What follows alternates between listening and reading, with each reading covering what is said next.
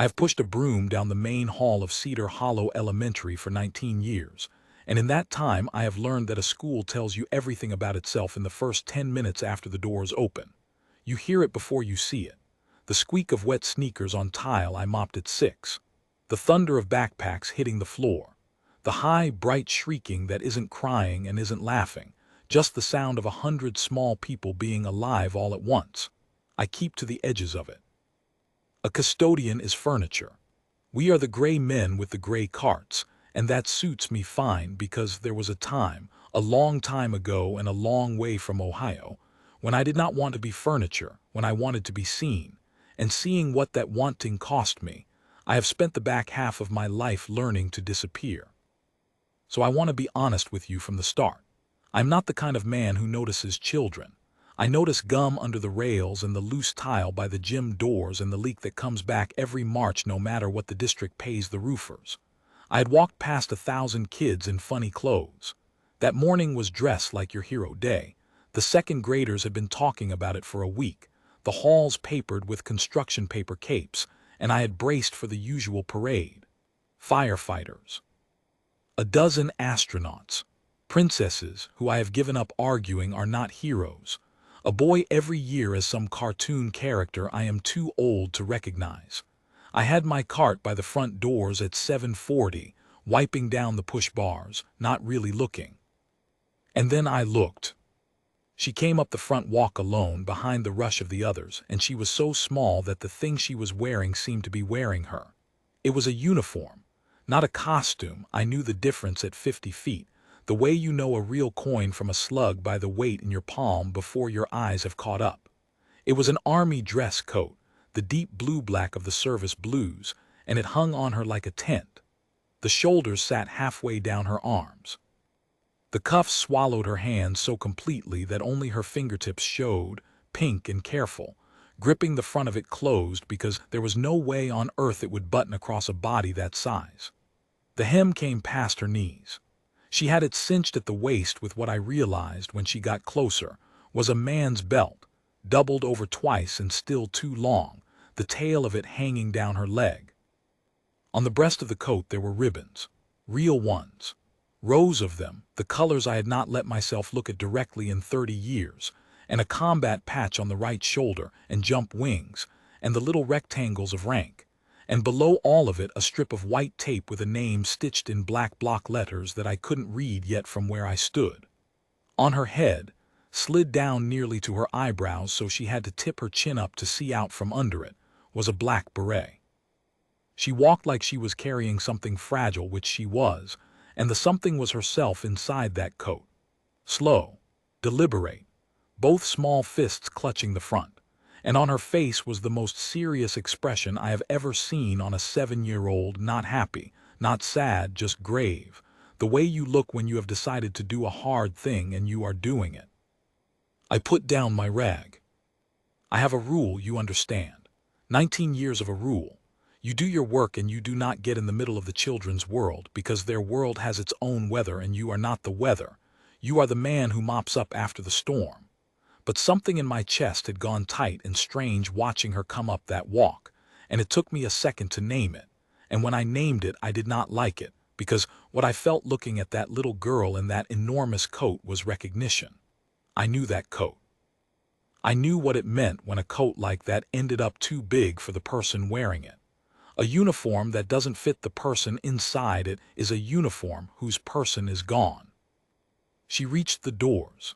She couldn't get the push bar with her hands full of coat, so she turned and leaned her small back against it, pushing with her whole weight, and the door gave and she stumbled in backward and almost went down, and I had my hand out before I decided to, catching the door above her head so it wouldn't swing back and clip her. She looked up at me from under the beret, brown eyes very steady. "Thank you, sir," she said. "Sir, not Mr. Sir. The way a kid says it when somebody taught them, when it isn't a word they picked up off the television but a word that was given to them on purpose by somebody who meant it." "You're welcome," I said. My voice came out rougher than I meant. She squared the coat on her shoulders. It slid right back down and walked past me into the building. That careful, deliberate walk, both fists full of her father's coat, and I stood there holding the door open onto an empty walk for longer than I needed to. I should have gone back to my cart. I want you to know I almost did. The version of me that had spent 19 years being gray told me to pick up my rag and finish the push bars, and let the school's weather be the school's weather. I did not pick up my rag. I followed her in. The thing about an elementary school in the morning is that there is no quiet place in it, and there is no privacy, and a child who is different in any way at all is a child standing in the middle of a field in a lightning storm. I knew that the way I knew the leak by the gym doors. I had watched it happen 100 times, the kid with the lazy eye, the kid whose mother sent him in clothes from the church box, the kid who talked funny. The other children are not cruel the way grown men are cruel. They are cruel the way water is cruel, finding the low place and pooling there without meaning anything by it. And I could see, the second she stepped into the main hall where the second graders were milling in their hero costumes, that the water had found her. It started with looking. It always starts with looking. The astronauts and the firefighters and the one boy dressed as what I have since learned is a video game character all turned, the way a flock turns, and fixed on the small girl drowning in the dark coat. A space opened around her. Kids drifted back without knowing they were doing it, the way you drift back from something you didn't understand. And she stood in the middle of that opening space with her chin up under the beret and her fists full of the coat, and she did not drift anywhere. She held her ground in the center of it like a fence post in a flood. A boy, I knew him, a big loud second grader named Cody Marsh, the kind of kid who is going to be either a very good man or a very hard one depending on who gets to him first. Cody pointed at her and laughed. Not a mean laugh even. Just a loud one, a kid's laugh, the kind that's mostly surprise. "Why's your costume so big?" he said. "It's like a dress, you're swimming in it." And he flapped his arms inside his own sleeves, mocking, and a couple of the others laughed because that's what the others do, and Cody, fed by it, went on. "Are you supposed to be a soldier? You don't look like a soldier. You look like a kid playing dress-up in her dad's clothes." And the thing about that is that he was exactly right, and he did not know how right he was, and the not knowing is the whole story. The girl didn't cry. I want to be clear about that because it matters, and because in the months since I have heard the story told wrong, told soft, made into a thing where the little girl burst into tears and everyone felt bad. That is not what happened. What happened is that she looked at Cody Marsh with those steady brown eyes, and she did not let go of the coat, and she said, in a voice that was small but did not shake, "It's my dad's." That was all. "It's my dad's." And she said it the way you'd lay down a card you knew was the highest card in the deck, except the other children didn't know the game, so to them it landed like nothing. Cody shrugged. "Then why's he not wearing it?" he said, and laughed again and turned back to his friends, the way water moves on once it's found the next low place, and the moment broke up and the hall went back to its roar. But I had heard it. I was standing 6 feet away with my rag still in my back pocket, and I had heard the little girl say "it's my dad's" in the present tense. It's not it was. And I had seen something cross her face when Cody asked why he wasn't wearing it, something that was there, and gone so fast a person not looking would have missed it. I was looking. After 19 years of trying not to, that morning, for reasons I still couldn't have told you, I was looking. Her teacher came out into the hall then, Elena Reyes, second grade, one of the good ones. The kind who's at the school till 6 grading spelling tests, and she clapped twice and started herding her ducklings toward the classroom. And the girl in the coat went with them. That slow, careful walk, the beret down over her eyebrows, and I watched the dark coat move down the hall in the middle of all the bright capes and helmets until the classroom door closed behind it. I stood in the empty hall. The roar had moved on. The tile needed mopping. The push bars weren't done. I went and found the front office. Marjorie has run the front office at Cedar Hollow Elementary since before I started, and she knows every child in the building by name, by parent, by the medication they take at lunch, and the custody arrangement that determines which days which car can pick them up. I am not a man who comes to the front office to chat. In 19 years, I think I had crossed that threshold for something other than a work order maybe 4 times. So when I came in and stood at the counter, Marjorie looked up over her glasses with real surprise. "Walt," she said, "something break?" "No," I said, and then I didn't know how to say what I'd come to say because I didn't fully know what it was. "The little girl," I said, "second grade, Ray's class, came in this morning in," I stopped. "In an army uniform, a real one, too big for her." Something happened to Marjorie's face. The brightness in it folded down into something careful and quiet, and she set down her pen, and she looked at me for a long moment, and I understood before she said a word that I had walked into something I was not going to be able to walk back out of. "That's Maddie Calloway," she said. "Whose coat is it?" I said. It wasn't a question. I already knew. I'd known on the front walk. I just needed somebody to say it out loud so it would be real and I could stop pretending it might not be. Marjorie took her glasses off. She folded them slow and laid them on the desk, and she said it plainly, the way you say a true thing to a man you know can hear it. "Her father's," she said. "Sergeant Calloway, Daniel. He was killed last fall. It'll be 8 months next week. Maddie's been—" Marjorie stopped and started again. "Sarah, the mother, she's doing everything she can, but that child has not been the same. And this morning Sarah called me before the buses just to warn me. She said Maddie got up and got that coat out of the closet by herself and put it on and would not take it off. Said she wanted to bring her dad to Hero Day." Marjorie's voice did a small thing then and steadied. "Sarah was crying when she called. She didn't know whether to make her change. She didn't have the heart to. She just wanted us to know in case," Marjorie looked at me, "in case it went bad with the other kids." I thought about Cody Marsh flapping his sleeves. "You look like a kid playing dress-up in her dad's clothes." "It's already going bad with the other kids," I said. Marjorie didn't have an answer for that, and I didn't expect one. I thanked her, I think I thanked her, and I went back out into the hall and picked up my cart and pushed it down toward the gym doors where the March leak was already making its plans for next spring, and I worked. I am good at working. Working is the thing I learned to do instead of feeling, and I had gotten so good at it over 30 years that most days I couldn't have told you there was a difference. But that morning, the difference would not stay buried. It kept coming up through the floor like water. Because here is the part I have not told you yet, and the part that explains why a gray man with a gray cart could not, that morning, stay gray. I was 19 years old in the sand, the first time I carried a friend's gear back that he wasn't going to need anymore. His name was Tommy Rourke, and he was from Bakersfield, and he could do an impression of our platoon sergeant that would make you choke on your water. And one morning he was telling it, and by that afternoon I was the one folding his things into a duffel, his letters and his little radio and the picture of his girl. And I remember holding his field jacket and thinking how strange it was that the jacket was fine. The jacket didn't have a scratch on it. The jacket was ready to go back to work, and the man wasn't. I was 19. I came home from that war and I did not talk about it, not to my father who had his own war he didn't talk about, not to the wife I had for 11 years before she got tired of talking to a wall, not to anybody. I put it in a coat that was too big for me, the way they all are at 19, and I buttoned it up and I have been keeping it buttoned for 30 years.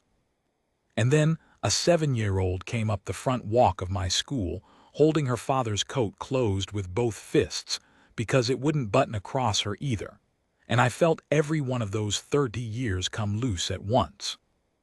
I want to tell you I made a noble decision. I didn't. I made the only decision a man can make when something he buried comes up through the floor. I decided to do something with my hands so I wouldn't have to feel it. But for once the something turned out to matter. At lunch, I went looking for her. The cafeteria at Cedar Hollow is the loudest room in Ohio between 11:30 and 12:15, and I had a reason to be there. I always have a reason to be there. The milk gets spilled and somebody's tray goes over and the gray man comes with the gray cart. I worked my way along the far wall with my mop bucket, not hurrying, and I found her at the end of the second grade table, alone in a 6-inch gap of empty bench on either side, still in the coat. She'd taken the beret off to eat and set it on the table beside her tray, careful, crown up, the way you're taught to set a cover down. She was eating a peanut butter sandwich in very small bites, and she was not talking to anyone and no one was talking to her. And a few seats down, Cody Marsh and 2 other boys kept glancing over and snickering, working up to something the way boys do. I have replayed what happened next many times, because it is the moment the whole thing turned, and I had almost nothing to do with it. Cody got up. He came down the table with his chest out, the way a kid does when his friends are watching, and he stopped behind Maddie and reached out and flicked the shoulder board of the coat where it hung off her arm. "Hey, soldier," he said, in a voice meant to carry. "Salute. Soldiers gotta salute."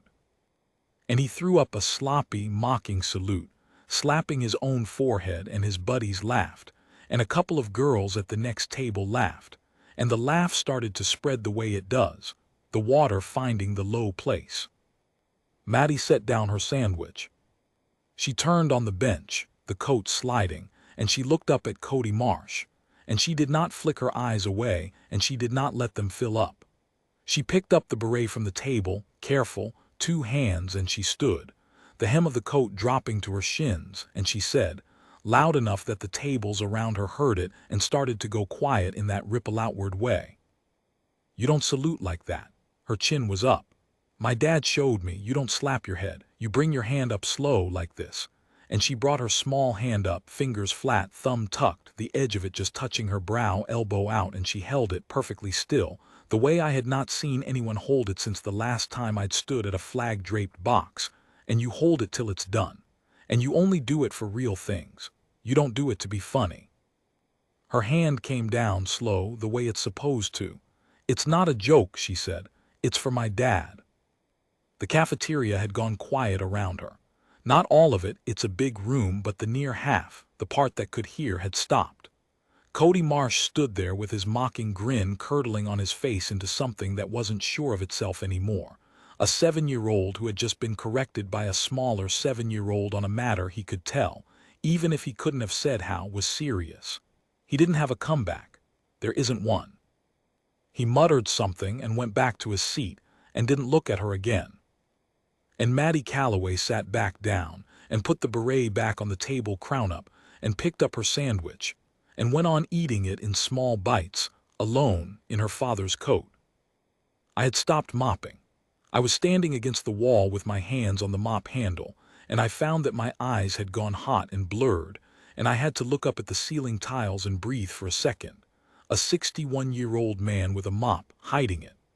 When I had it under control, I looked back at her, that small straight back in the enormous coat, and I made the second decision of the day, and this one I'll own as mine. I was going to find her father's men. I didn't know how. I'm a custodian. I don't have databases or contacts or any business calling the United States Army. But I knew some things. I knew his name now, Daniel Calloway, Sergeant First Class, and I knew that a man with jump wings and a combat patch and that many rows of ribbon had served alongside people, real people, who were probably right now somewhere in this country going about their days not knowing that his little girl had worn his coat to school and corrected a bully on how to render a hand salute. And I knew, the way I know the leak by the gym doors, that if those men knew, they would come. That afternoon, after the buses, I did something I had not done in 19 years of working at that school. I knocked on the principal's door and asked for 10 minutes. Diane Acaffer has been principal at Cedar Hollow for 6 years, and she is sharper than the district deserves, and she listened to me, the gray man who never asks for anything, lay out what I'd seen, the coat, the hall, the cafeteria, the salute, with a stillness that told me she already knew about Maddie Calloway and had been carrying her own worry about the child. When I got to the part about finding the father's unit, I expected her to tell me it wasn't our place, that there were liability concerns, that the district had procedures. That's what schools say. She didn't say that. She was quiet for a moment and then she said, "What do you need from me, Walt?" "I need to talk to the mother," I said. "I'm not going to go around her. If she says no, it's no. But if she says yes," I stopped. "I think those men would want to know. And I think that little girl needs to see that the thing she's so proud of, the thing she defended in my cafeteria today, is real to other people too. That she's not the only one carrying it." Diane looked at me for a long moment, and I had the uncomfortable feeling of being seen, which I had spent 30 years avoiding. "You were in," she said. "It wasn't a question. Service." "A long time ago," I said. "Desert Storm." "Yes, ma'am." She nodded slowly, like that explained something she'd wondered about for 6 years. "I'll call Sarah Calloway tonight," she said. "I'll tell her what you saw and what you're thinking.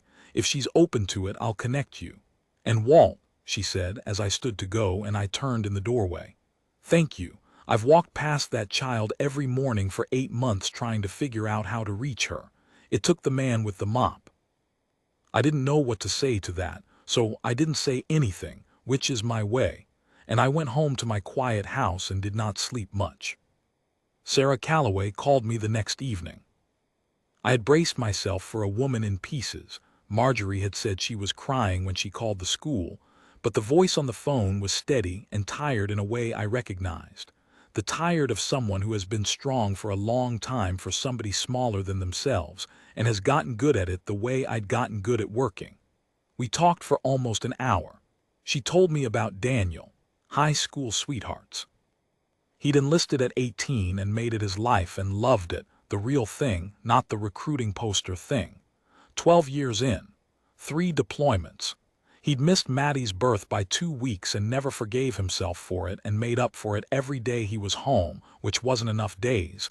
It's never enough days. He used to put his beret on Maddie's head when she was 3 and call her sergeant and salute her, slow, the way she'd shown Cody Marsh, and she'd salute back. And that, Sarah said, her voice finally going thin, that was where the little girl had learned it. From a father who took the time to teach his 3-year-old to salute for real. "She got it right," I said. "In the cafeteria, she held it the whole time. She got it exactly right." Sarah Calloway was quiet on the line for a while. Then she said, "He'd have lost his mind. He'd have been so, and she couldn't finish, and I let her not finish because some sentences you don't make a person finish." I told her my idea plainly, the way Diane had told it to her, but more careful because it was her child and her grief and her dead husband and I was a stranger with a mop. I told her I thought Daniel's squad might want to know what his daughter had done. That if she was willing, I'd try to find them and maybe, only if it felt right to her, only if it wouldn't tear the wound back open, maybe some of them might come and the school could do something. Not a circus, not a spectacle. Just an honoring. Just so Maddie could see that the men her father served with were real, and that they hadn't forgotten him, and that the coach she was so proud of meant exactly as much as she knew it did. I was ready for her to say no. I'd have understood no.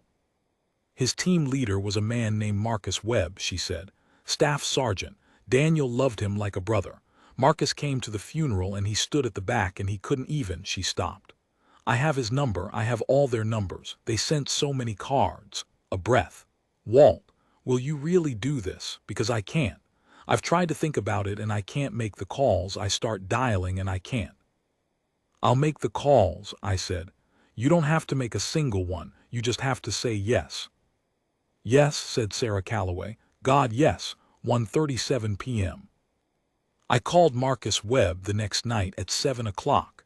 Sitting at my kitchen table with his number written on the back of a work order in my own block letters, the way I write everything, and my heart going like I was 19 again. He answered on the second ring. "Webb." I told him who I was, the custodian at Maddie Calloway's school. I got about 2 sentences in. "I'm calling about Sergeant Calloway's daughter," and the line went very quiet. The kind of quiet a man makes when he's bracing for bad news about a brother's family, and I heard him sit down somewhere, heard a chair, and I said quickly, "She's fine. Maddie's fine. Nothing's wrong. I'm calling because of something she did." And I told him. I told him about Hero Day and the coat too big for her with both her fists holding it closed. I told him about Cody Marsh and you look like a kid playing dress-up in her dad's clothes, and I heard Marcus Webb breathe out hard through his nose. And then I told him about the cafeteria, the mocking salute, and the little girl standing up in the coat that came to her shins and saying you don't salute like that. My dad showed me, and bringing her small hand up slow and flat and holding it the right way, and saying it's not a joke, it's for my dad. When I finished there was a long silence on the line, long enough that I said, "Sergeant Webb, you there?" "Yeah," he said, his voice had gone rough as a gravel road. "Yeah, I'm here." Another silence. Then Dan taught her that, when she was barely walking. He had this whole bit, he'd put his beret on her and he stopped. I was there for it. We were over at his place for a cookout and he did the whole salute thing with her and the rest of us are giving him grief. You know, big tough team leader playing dolls, and Dan just looks at us and says, Webb's voice caught and came back. He says, when she's grown she's not going to remember my face. She's going to remember that I taught her things that mattered. And we all shut up, because what do you say to that? I didn't say anything. There wasn't anything to say. "Where are you?" Marcus Webb said. "What state, what town?" I told him. "Tell me the date," he said. "Tell me where to be and what time. I'll make the calls. There's 11 of us still around from the team. We're scattered all over hell, Georgia, Texas, 2 in Washington State. But you give me a date and I will get every man who can travel into that town if I have to drive to their houses and put them in the car myself." He stopped. That little girl corrected somebody on her hand salute in a school cafeteria, while the room laughed at her, while she was alone. His voice broke clean in half on the last word, and he didn't bother hiding it from a stranger on the phone. And I sat at my kitchen table and pressed the heel of my hand against my own eyes. And the two of us, 2 men who had never met, were quiet together on a telephone line for a moment in the way that men who have carried the same kind of weight can be quiet together. "I'll get you the date," I said. "Diane, the principal, she's setting it up. There's something else." I hesitated. "Can you bring, is there a way to do it right? A color guard, the flag. I don't know how any of it works anymore. I've been out 30 years, but Maddie did it right and I think she ought to get it done right back." "You leave that to me," Marcus Webb said, and there was iron back in his voice now, the grief folded up and put away where he could use it. "I know exactly who to call. We will do it right. We will do it so right that nobody in that building ever forgets it. You have my word and I don't give that easy." He was true to his word, every part of it. Diane set the date for the following Friday, 8 months and 3 days, as it turned out, after Daniel Calloway was killed, though no one planned it that way and I only worked it out later. We told the school it was a special assembly to honor military families, which was true, and we did not tell the children any more than that. And we very carefully did not tell Maddie anything at all, because Sarah and I had talked it over and we agreed that the one thing that little girl deserved was to walk into that gym not knowing, the way she'd walked up the front walk not knowing what the day would hold, and to be met. I spent that week the way I have spent very few weeks of my life, caring out loud about something. I stayed late. I waxed the gym floor till you could see the lights in it. I climbed up and fixed the dead bulb over the south bleachers that had been dead for 2 years because no one ever sat there. I dragged the good chairs out of storage, the ones with the padded seats, and set them in a row at the front. And Diane asked me what they were for and I said they were for the men, and she didn't ask anything else. The March leak by the gym doors could wait. For the first time in 19 years, something at that school mattered more to me than the leak. Friday came up gray and cold and clear. They arrived at 9, in a caravan of rental cars and pickup trucks, and I was at the front doors because I had appointed myself to be at the front doors, and I watched them get out. 9 men. Marcus Webb I knew on sight before he ever said a word, a big square man somewhere in his late 30s going hard at the temples, moving like he was still in formation, even crossing a parking lot in civilian boots. But they hadn't come in civilian clothes. They had come in their dress blues, every one of them pressed and squared away, ribbons and badges catching the gray light, and behind them, getting out of the last truck and lifting something long and folded out of the back seat with the particular care you give a flag, were 4 more in a color guard. The national colors, the Army colors, 2 riflemen and an older man, gray-haired, ramrod straight, with the bearing of a sergeant major who has been retired for 10 years and has never once in those 10 years slouched. Marcus Webb came up the walk and stopped in front of me and looked at me, and I looked at him, and neither of us knew quite what to do because we'd only ever been a voice on a phone to each other. And then he stuck out his hand and I took it, and he didn't shake it so much as hold it, and he said, "You're Walt." And I said I was. And he looked at me a beat longer, taking in something about how I stood, the same way Diane had, the way one of us always knows another one of us, and he said, "When and where?" 90 to 91, I said, "mostly the Gulf."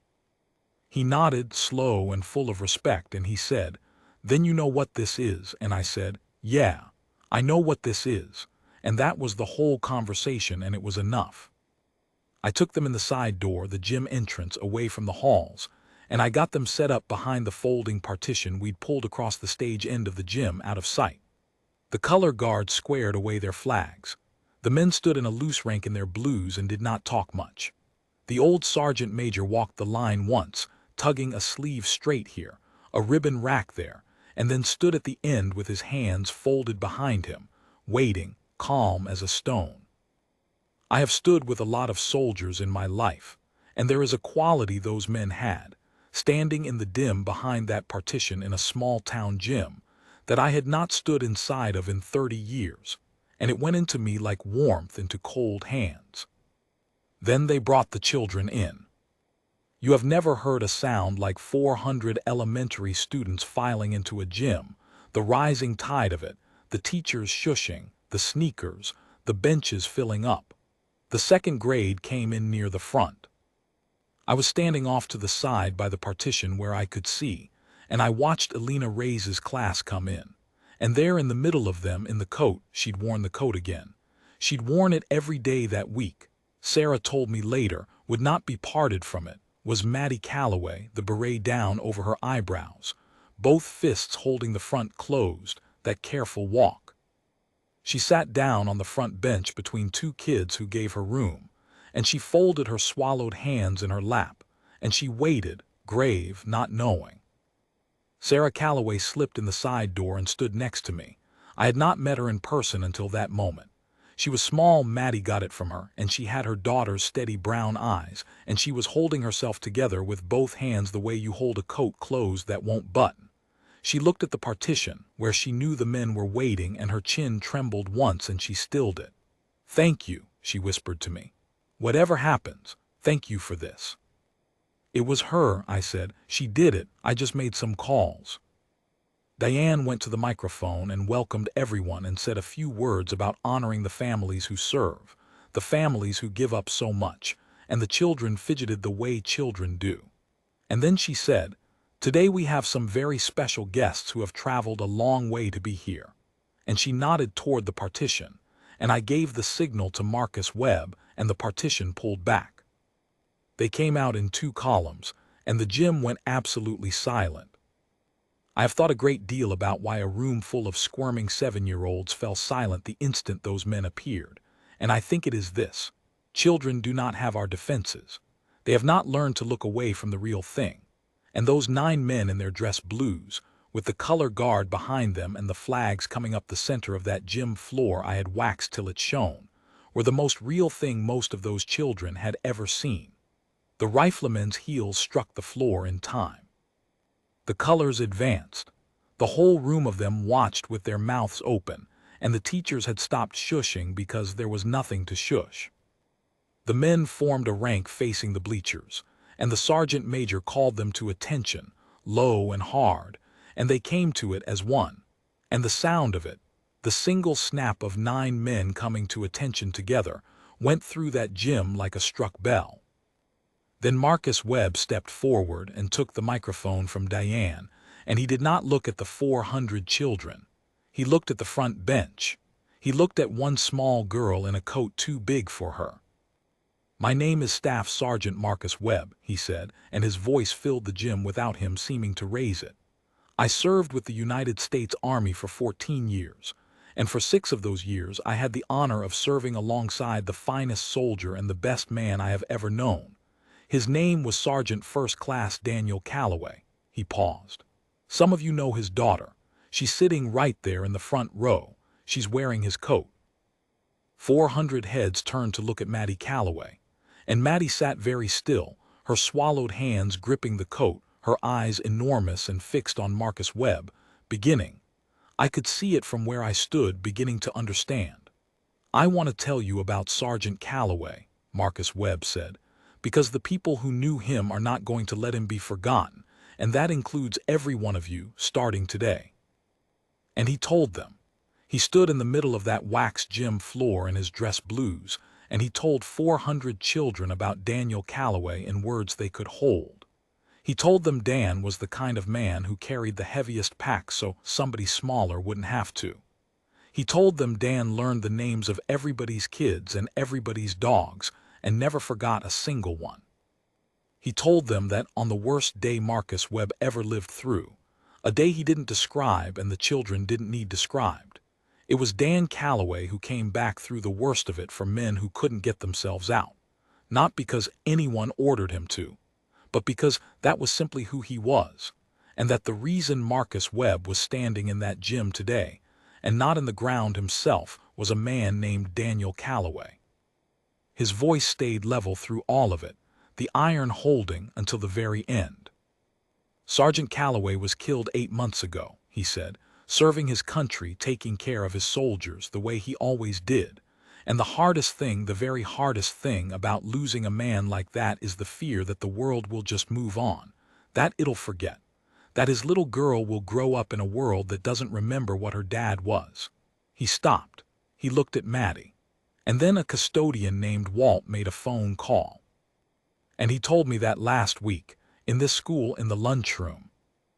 A little girl stood up in front of a room full of people who were laughing at her, and she taught them how to render a hand salute. The right way, slow, held, because her daddy taught her that it's not a joke, that it's for real things." The gym was so quiet you could hear the heating system tick. "He taught her that when she was 3 years old," Marcus Webb said, "and now finally the iron gave and his voice came apart at the seams, and he let it in front of 400 children and a row of his brothers and a whole town, he let it. And she remembered. 8 months he's been gone, and that little girl remembered exactly how he taught her to do it, and she defended it in a room full of people who didn't understand. She kept it. She kept him." He had to stop. He wiped his face with the flat of his hand, unashamed. A big square soldier in dress blues crying in a school gym, and not one child laughed, because children do not laugh at the real thing. "So we drove a long way," he said when he could, "all of us from all over this country to come here and tell that little girl in front of everybody that she's right, that it's not a joke, that it's for real things, and that her daddy was the realest thing there ever was." He stepped back. He put the microphone down on the floor, and he turned to face Maddie Calloway, and he came to attention, and the sergeant major's voice cracked across the gym like a rifle shot. "Detail present arms." And 9 men in dress blues and 4 men of the color guard brought their hands up, slow, flat, edge to the brow, elbow out, held, and they saluted a 7-year-old girl in her father's coat. I have stood at attention while a nation buried its sons. I have rendered that salute and had it rendered, and I know exactly what it costs and exactly what it means. And I am telling you that I have never in my 61 years seen anything like 9 grown soldiers holding a salute, perfectly still, every one of their faces streaming, aimed at one small child on a front bench. They held it. The sergeant major did not call it off.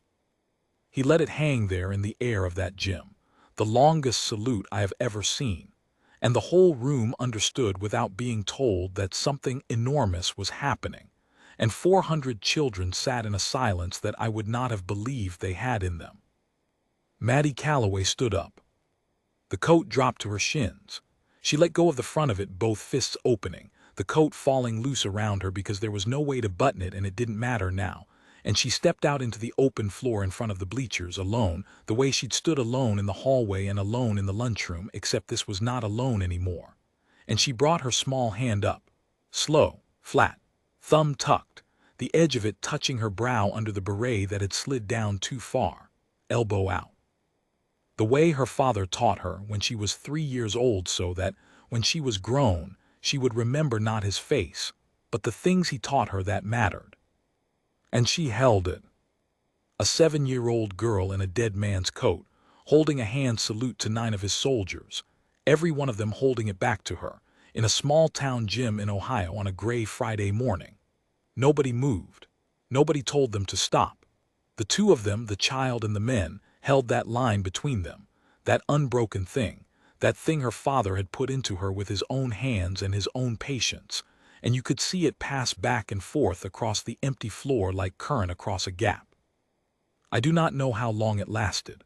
Long enough. The sergeant major finally brought them down, order arms, and the salute came down slow and together, and Maddie brought hers down too, slow, the way it's supposed to come down, exactly in time with theirs, because she knew how, because she'd been taught right. And then the gym came apart. It started with the teachers. Elena Reyes was the first up, on her feet with her hand over her mouth, and then the rest of them, and then, and this is the part I will carry to my own grave, the children stood up. 400 of them, 2nd grade and 5th grade and kindergartners who didn't understand a tenth of it. They stood up off those benches and they started to clap, and the clapping built and rolled around that gym like weather. And somewhere in the middle of it, I saw Cody Marsh, who had flicked her shoulder board and said salute, soldier to be cruel. Cody Marsh was standing on a bench with tears running down his face, clapping so hard his whole body shook. A 7-year-old boy who had just learned something about the world that he was going to keep, and I thought, there's the man he's going to be. She made him. Sarah Calloway had both hands pressed over her face beside me, her shoulders heaving, and I put my hand on her shoulder, the gray man breaking his own 19-year rule, and she turned and gripped my arm with both of hers and held on, and we stood there, and I was crying too, openly, freely, for the first time since Bakersfield, since Tommy Rourke's field jacket that didn't have a scratch on it. 30 years of it coming up through the floor at last and out, and I let it, and it did not break me. It did the opposite. It put something back that had been gone so long I'd forgotten it was missing. Marcus Webb walked across the floor to Maddie Calloway. He went down, not to a knee, all the way down, so his eyes were below hers, so she was looking down at him. And he said something to her that I couldn't hear over the gym just for her, and she nodded, very serious, and then he reached up and gently straightened the beret on her head, the way you'd square a soldier's cover, and she let him. And then the other men came across, one at a time in their blues, and each of them went down in front of her and said his piece, and one of them, a young one, couldn't have been 25, couldn't say anything at all, just took her small hand in both of his and bowed his head over it. And she patted the back of his hand with her other hand, this 7-year-old, comforting a soldier, and I had to look at the ceiling again. They had brought things. Of course they had. Soldiers always bring things. The sergeant major presented her with a folded flag in a triangular wooden case, not the one from the funeral, a new one, flown over their old post and brought for her, and a shadow box, and a unit coin pressed into her palm the old way in a handshake, and a patch from each of them, 9 patches, so she'd have a piece of every man who'd served with her dad. But the thing she held on to, the thing she would not put down for the rest of the day, was a photograph Marcus Webb gave her last, of a cookout years ago. A big laughing man with a beret on a tiny giggling toddler's head, his hand raised in a slow salute, the little girl's chubby arm raised back. Maddie held that photograph in both hands and looked at it for a long, long time, and then she looked up at Marcus Webb and she said something, and he told me later what it was, and I'll tell you, because it's the truest thing anybody said that whole day. She said, I told them it wasn't a joke. And Marcus Webb said, no, sweetheart, it surely wasn't. That was 8 months ago now. A little over a year, I suppose, since Daniel Calloway was killed. Maddie still wears the coat sometimes. Sarah told me she's grown a little, and it fits a little less like a tent now. And there's a sadness in that too. The way there's a sadness in everything that means a child is growing up past the size her father last saw her. But it doesn't come out for the other kids to laugh at anymore. Nobody at Cedar Hollow Elementary will ever laugh at that coat again as long as those 400 children live, and they'll tell it to their own kids someday, the day the soldiers came and saluted the little girl, and that story will outlive every one of us. Cody Marsh carries her tray for her now. I've seen it. He doesn't make a thing of it. He just does it. Marcus Webb calls me about once a month. We don't always have much to say. Two men who carried the same kind of weight don't always need a lot of words. Sometimes we just talk about the leak by the gym doors, which I finally fixed for good this spring. And sometimes we talk about other things, the harder things, the things I never told my wife or my father. And it turns out that 30 years of a buttoned coat will come open if you find the right person to sit with while it does. I am still the custodian at Cedar Hollow Elementary. I still push the gray cart down the main hall in the first 10 minutes after the doors open, when the school is telling you everything about itself. But I am not furniture anymore, and I do not try to disappear. And when a child comes up the front walk carrying something too big for them, and they do, you'd be amazed how often they do. All of them carrying something, I look. I have learned to look. A 7-year-old girl in a coat that didn't fit her taught me that, the same way her father taught her to hold a salute, by doing the hard thing in front of everybody and not letting go. I think about Tommy Rourke's field jacket sometimes still. The one without a scratch on it, ready to go back to work when its man couldn't. For 30 years that was the saddest thing I knew, a uniform whose person is gone. But I know something else now, something a little girl in Ohio handed me without knowing she did it. A uniform doesn't only mean the person is gone.